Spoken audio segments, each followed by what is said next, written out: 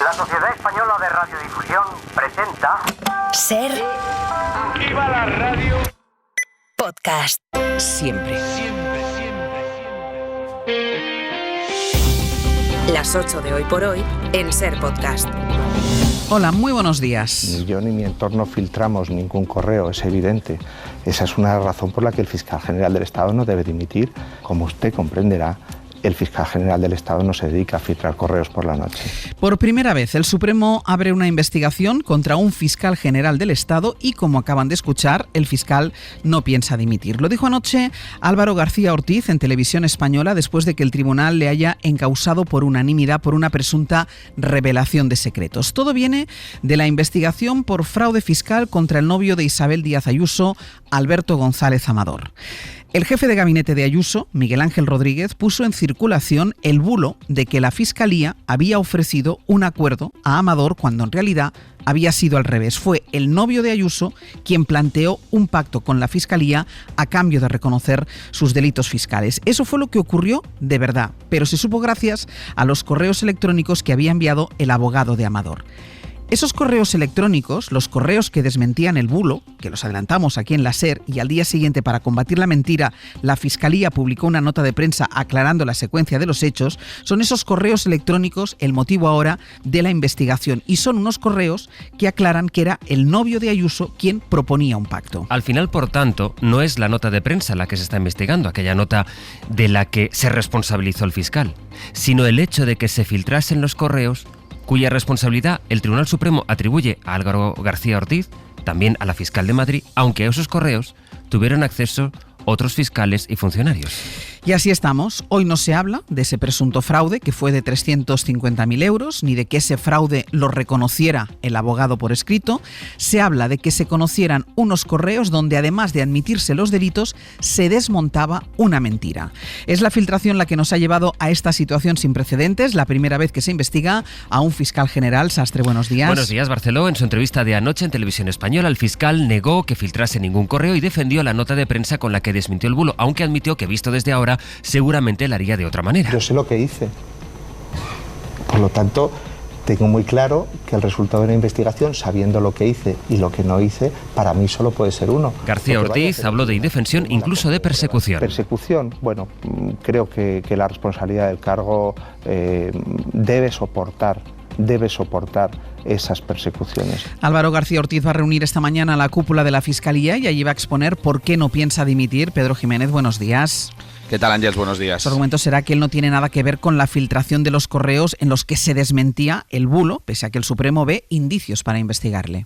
El fiscal general reúne esta mañana a la Junta de Fiscales de Sala y al Consejo Fiscal para comunicarles que no va a dejar el cargo, a pesar de que el Supremo haya abierto esta investigación contra él y contra la fiscal jefa de Madrid por ese presunto delito de revelación de secretos cometido cuando desmintieron vía nota de prensa el bulo lanzado por el entorno de Isabel Díaz Ayuso de que la Fiscalía había ofrecido un pacto al novio de la presidenta madrileña para cerrar la investigación por fraude fiscal. La Sala entiende que esa nota de prensa no reveló datos que no se conocieran, pero no tienen tan claro que no haya delito cuando la SER primero y otros medios después se hicieron eco del correo de la defensa de la pareja de Ayuso, un mail que había reclamado el jefe de la Fiscalía y que ya manejaban otra veintena de personas. Ese correo aclaraba que fue Alberto González Amador quien pidió el acuerdo para sus delitos fiscales. El Supremo dice que ahí puede haber un delito de revelación de secretos y que hay que investigar. García Ortiz dijo ayer en un comunicado que esta causa no es un asunto particular que pone en riesgo una de las funciones del Ministerio Público, que es la de informar de los asuntos relevantes para garantizar el derecho de la ciudadanía a recibir información veraz.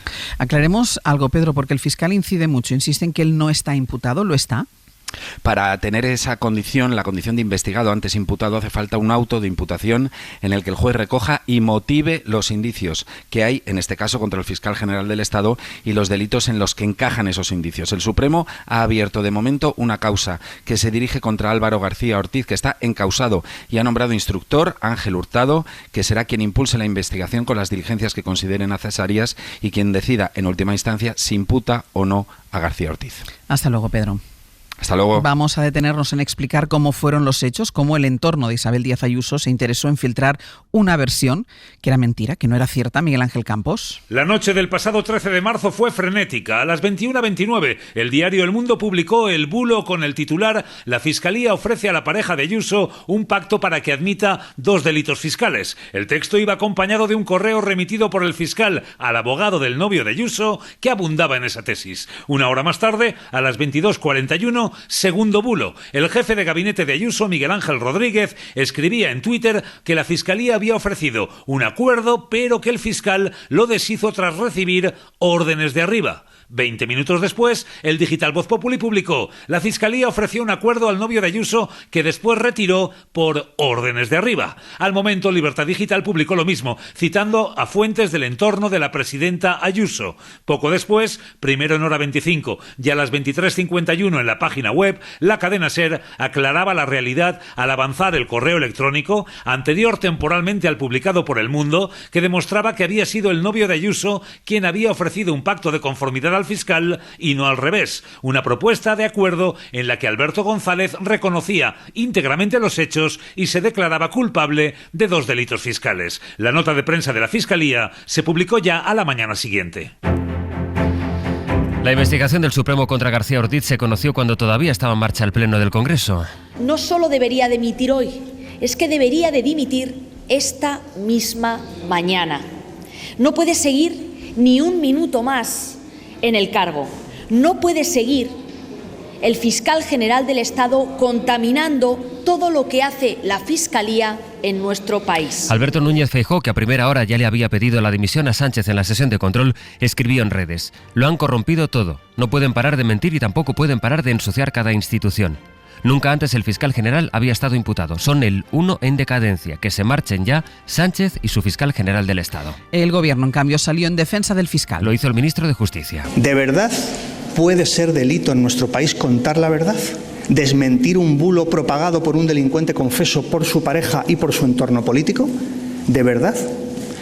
El gobierno, desde luego, quiere respaldar a los fiscales, a los funcionarios públicos que hacen su trabajo, que persiguen el delito. Guillermo Lerma, buenos días. ¿Qué tal? Buenos días. En esa línea piensa seguir el gobierno, ¿no? Defendiendo al fiscal.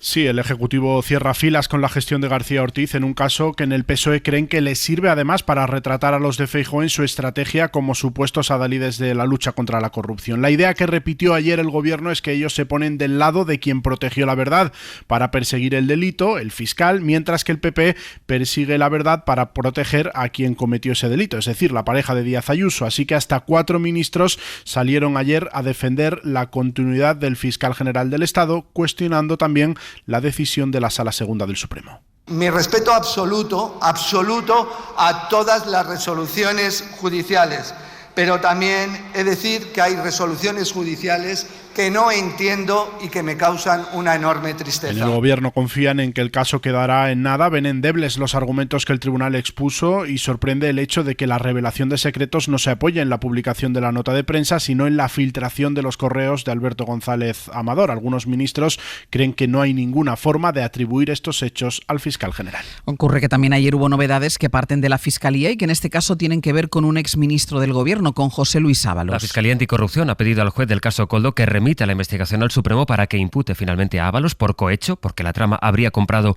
un chalet para que lo disfrutara él o habría pagado el alquiler del piso de su novia, por tráfico de influencias y por organización criminal. Ayer Sánchez pidió disculpas por este caso, señalaba al PP. Aquí, en un caso de corrupción que yo lamento y para eso pido disculpas a la ciudadanía, actuamos desde el inicio. Ellos lo que hacen es tapar la corrupción y alzar precisamente a la presidencia a aquellos que tapan esa corrupción. El PP habla de degradación institucional, Guille, porque alega que en el mismo día supimos de la investigación contra el fiscal general y contra el exministro y ex número 3 del PSOE. Y en el caso de Ábalos, los socialistas han empezado a tomar distancias. Sí, a endurecer también el tono contra el exministro. El PSOE ha pasado del impacto inicial que provocó el informe de la UCO a expresar abiertamente su decepción con el que fuera secretario de organización, que no ha vuelto a dejarse ver por el Pleno del Congreso desde que se hicieron públicas las pesquisas de la Guardia Civil. Esta semana varios ministros del Ejecutivo mostraban su indignación con Ábalos. Uno de ellos admitía ayer que no entiende que alguien con su inteligencia política, decía, acabara cumpliendo algunos patrones vinculados con la corrupción. El mensaje que más se repite en el grupo parlamentario es que nadie podía imaginarse el alcance de los hechos que ha revelado la investigación. El Congreso Ángels está a la espera de que el tribunal formalice ese suplicatorio. Guille, gracias. Hasta luego. Hay cumbre europea hoy. En torno a esas cumbres, los grandes partidos suelen organizar sus propias reuniones. En la reunión que va a celebrar en Bruselas el Partido Popular Europeo, Feijóo tiene previsto hablar hoy de la corrupción que dice acorrala al gobierno. Vamos a hablar enseguida de esa cumbre, que es una de las más importantes porque se han celebrado en Bruselas en los últimos años, de las que han celebrado en Bruselas en los últimos años, porque allí será donde se discuta si Europa cambia su política migratoria y decide generalizar el modelo de la ultraderechista Giorgia Meloni para deportar a las personas migrantes a centros ubicados en terceros países. Enseguida estamos en Bruselas, pero primero vamos a situar dónde va a llover hoy, porque será otro día de tiempo inestable, Jordi. Especialmente en el norte de la península, el Cantábrico, toda la Ibérica, el Valle del Ebro, los Pirineos, Cataluña y también en algunos momentos Baleares es donde irán descargando chubascos y algunas tormentas incluso con fuerte intensidad. En cambio, en la mayor parte del centro y sur peninsular, donde ha llovido durante la madrugada, se irán abriendo claros.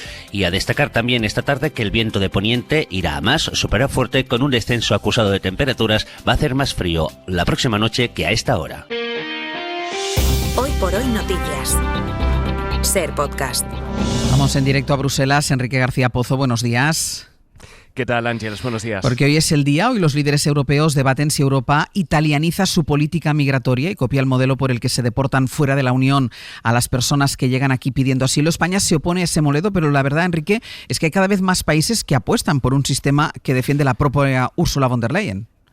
Sí, por eso se ha convocado una reunión informal que va a empezar un poquito antes de la cumbre, a instancias de Países Bajos, Dinamarca e Italia, que son los tres países que están haciendo fuerza para recabar apoyos y que a esa reunión se sumen el mayor número de estados. A esta hora sabemos que se van a sumar una decena de países y la propia von der Leyen, que va a escuchar las propuestas de las tres capitales que se abren a exportar el modelo Albania. Aquí hay una tensión, hay dos enfoques, el más duro, encabezado por estos tres países, y los que piden poner en marcha cuanto antes el Pacto de Migración y Asilo. Ahí está España y está también Alemania. En el equipo de la presidenta quitan hierro a su presencia en esta especie de cumbre informal, pero en el contexto en el que la presidenta se ha abierto a explorar estas fórmulas, desde la propia comisión no es baladí que la alemana participe en ese encuentro. Fuentes diplomáticas explican que el asunto central del debate hoy girará en torno a un cambio normativo para agilizar las deportaciones, así que la clave, Ángels, estará en las conclusiones de la cumbre, en el texto final, porque de mencionar la posibilidad de explorar fórmulas parecidas al protocolo italiano sería un éxito para el relato de los países que proponen imitar el modelo del gobierno de Giorgia Meloni. Seguimos en el abierto, Enrique. Gracias. A vosotros. Ayer llegaron a Albania los 16 primeros deportados por el gobierno italiano. Les llevaron de Italia a Albania y al llegar, cuando llegaron ya, se dieron cuenta de que 2 de ellos, bangladesíes, eran menores y otros 2, egipcios, estaban en situación de extrema vulnerabilidad. Así que después del viaje fueron subidos al mismo barco que les había llevado y regresaron a Italia. Y hay una derivada política también en eso. En Italia tiene en contra a la oposición y a las organizaciones humanitarias. Aquí en España el gobierno ha dicho que se opone a este sistema de deportaciones. Ayer les contamos que el gobierno de Canarias, que forman Coalición Canaria, y el PP se habían pronunciado a favor. Luego rectificó el ejecutivo de esa comunidad. La pregunta es cuál es la posición del Partido Popular, porque el mes pasado Feijóo estuvo en Roma y se interesó por las políticas migratorias de Meloni, pero cuando le preguntaron evitó decir si estaba a favor o en contra. Mariela Rubio, buenos días. ¿Qué tal? Muy buenos días. El PP ha dejado de rechazar la idea de Italia, que es lo que hacía unos días atrás. Sí, el PP ha virado su posición, endureciendo su discurso en este asunto después del movimiento de von der Leyen, porque hasta ahora la posición del PP ha sido la de marcar distancias con esos traslados forzosos, poniendo en duda la utilidad para España de ese sistema. Hace apenas unas semanas, la responsable de inmigración del partido, Ana Los, decía no es una medida factible para países como el nuestro. Italia van a ir a Albania porque piden protección por asilo. En España la mayoría que vienen y llegan a Canarias no son solicitantes de asilo. Entonces, no es una medida que sea factible para todos. Sin embargo, la secretaria general del PP, Cuca Gamarra, daba ayer un giro de timón, abriendo la puerta a secundar la propuesta de von der Leyen, nada más conocerla. De hecho, reprochaba al gobierno de España su rechazo a la medida. La escuchamos. Yo creo que hay un gran debate por delante y, evidentemente, Europa se está moviendo. Y España debería moverse al mismo ritmo que se mueve Europa y no mantenerse al margen. Hoy Feijóo viaja a Bruselas, donde se reúne el PP europeo y donde coincidirá con la presidenta de la Comisión. Mariela, gracias. A vosotros. Y hablando de políticas que adopta Italia, el Parlamento de ese país ha aprobado una de las leyes más restrictivas de Europa contra los vientres de alquiler. La gestación subrogada ya está castigada por la ley en Italia, pero a partir de ahora será punible incluso si se realiza en el extranjero. Las mujeres por contrato solo pueden abortar si lo decide la pareja de patrones, decía un senador del partido de Meloni, en un debate que se tornó bronco por momentos. Hemos aprendido que el útero de las mujeres italianas no es de su propiedad, sino propiedad del Estado. Es el comunismo de los órganos, decía una diputada del opositor Movimiento 5 Estrellas. La Comisión de Salud Pública va a aprobar hoy nuevas medidas de prevención para evitar la propagación a gran escala de la gripe. Se va a recomendar otra vez el uso de mascarillas en espacios públicos cerrados o si se tienen síntomas, en principio solo como recomendación, aunque podría imponerse en hospitales, centros de salud y residencias si la situación se complica. Mariela Laurido. Ponernos la mascarilla si tenemos síntomas de gripe o de otros virus y autoaislarnos. Es la recomendación general que hacen los técnicos de sanidad según el documento al que ha tenido acceso la cadena SER. Si aumenta la transmisión, las medidas escalan en función de 4 escenarios de epidemia. Por ejemplo, proponen el teletrabajo, reubicar al personal de las residencias o darles una baja de 5 días.